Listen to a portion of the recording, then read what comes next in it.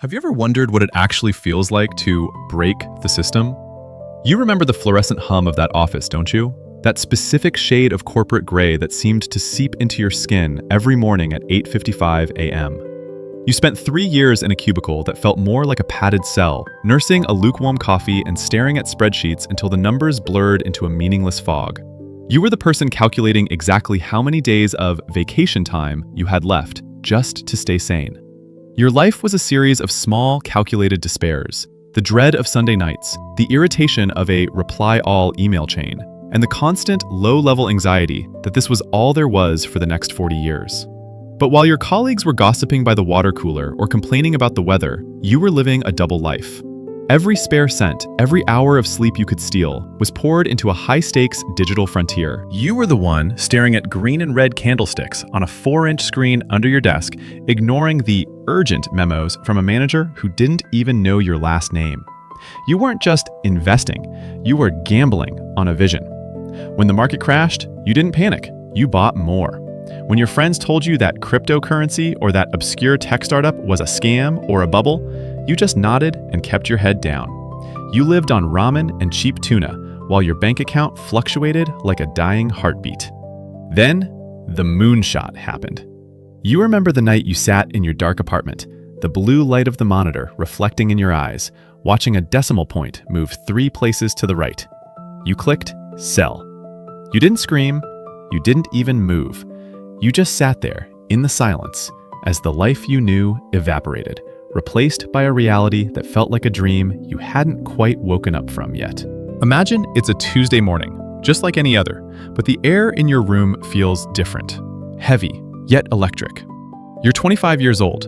Most people your age are nursing that same lukewarm coffee in a cubicle, dreading a performance review, or calculating if they can afford both rent and a night out this weekend. But you just opened your banking app, and the number staring back at you has 7 digits. It's not a glitch, it's not a loan, it's yours. The game of survival that everyone else is playing, you just finished it. You've beaten the final boss before most people have even cleared the tutorial. But as the initial rush of adrenaline starts to fade into a strange, ringing silence, you realize that the world hasn't changed. You have. Your gravity has shifted, and suddenly, the floor beneath you feels a lot further away. The first month is a blur of what you'd call the Great Correction. You buy the things you've been window shopping for since you were 16. The car that sounds like a storm. The watch that weighs as much as a small bird. The apartment with floor-to-ceiling glass that makes the city look like a motherboard you finally gained admin access to. You feel like a ghost inhabiting a luxury skin. You walk into high-end stores where the sales assistants used to look through you, and now they smell the scent of liquidity on your skin. They offer you champagne. They laugh at your jokes even when they aren't funny. It's intoxicating, but there's a tiny, nagging voice in the back of your head asking, do they like me or do they like the math? At 25, your identity is still supposed to be under construction, but wealth has suddenly finished the building and put a "keep out" sign on the lawn. Then comes the social recalibration, and this is where the gold starts to feel a bit cold. You meet your friends for drinks, the same friends you've known since high school. They're complaining about their bosses, their student loans, their tiny apartments. You want to contribute, you want to vent, but you realize your problems now sound like insults to them. How do you tell someone who is worried about their phone bill that you're stressed about your tax diversification strategy? You see the subtle shift in their eyes when you offer to pay the tab. First, it's gratitude. Then, it's expectation. Eventually, it becomes a slight, unspoken resentment. You're the rich friend now. You aren't just Alex or Sam anymore. You're a safety net. You start to wonder if they're hanging out with you because they miss your company, or because the VIP lifestyle you provide is too addictive to walk away from. The dating world becomes a hall of mirrors. At 25, you're looking for someone to grow with, but how do you know if someone is falling for your soul or your portfolio? You start down-dressing for first dates. You drive the old car. You mention you work in tech or do some consulting to keep it vague. But eventually, the truth comes out, and the dynamic shifts. You see them looking at the menu differently. You see them imagining a future that isn't built on shared struggle, but on your pre-existing success. You begin to crave the one thing money can't buy, the certainty of being known for who you are when the lights are off and the bank account is empty.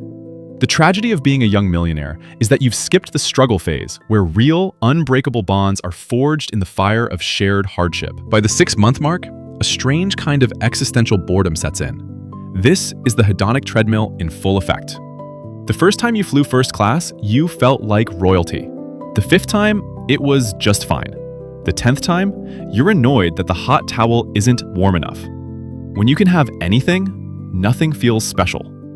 The dopamine spikes that used to come from saving up for a new pair of sneakers are gone. You've reached the top of the mountain, only to find that the view is lonely and the air is thin. You realize that purpose is much harder to find than profit. When you don't have to work to eat, why do you get out of bed? You see people your age grinding, failing, and trying again, and you find yourself, absurdly, envying their hunger. They have a why. You just have a what. Leads you to the paranoia phase. You start looking at everyone, your cousin, your old mentor, the person fixing your sink, and you see a potential handout. You become hyper-aware of lifestyle creep. You realize that the more you have to protect. You spend more time talking to lawyers and accountants than you do talking to your parents. Your life becomes a series of contracts and non-disclosure agreements. You've traded your freedom for security, and you're starting to suspect it wasn't a fair trade. You feel like a 25-year-old trapped in the responsibilities of a 50-year-old.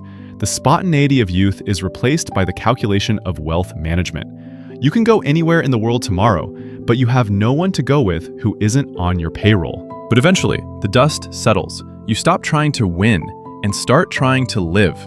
You realize that being a millionaire at 25 isn't a destination. It's just a very expensive tool set. You stop buying status and start buying time. You realize that the most valuable thing you own isn't the car or the condo. It's the fact that you don't have to trade your hours for someone else's dreams. You start a foundation. You seed fund a friend's crazy idea, not because you want to return, but because you want to see them fly. You go back to that cheap coffee shop you used to love, and you realize that the coffee tastes exactly the same as it did when you were broke.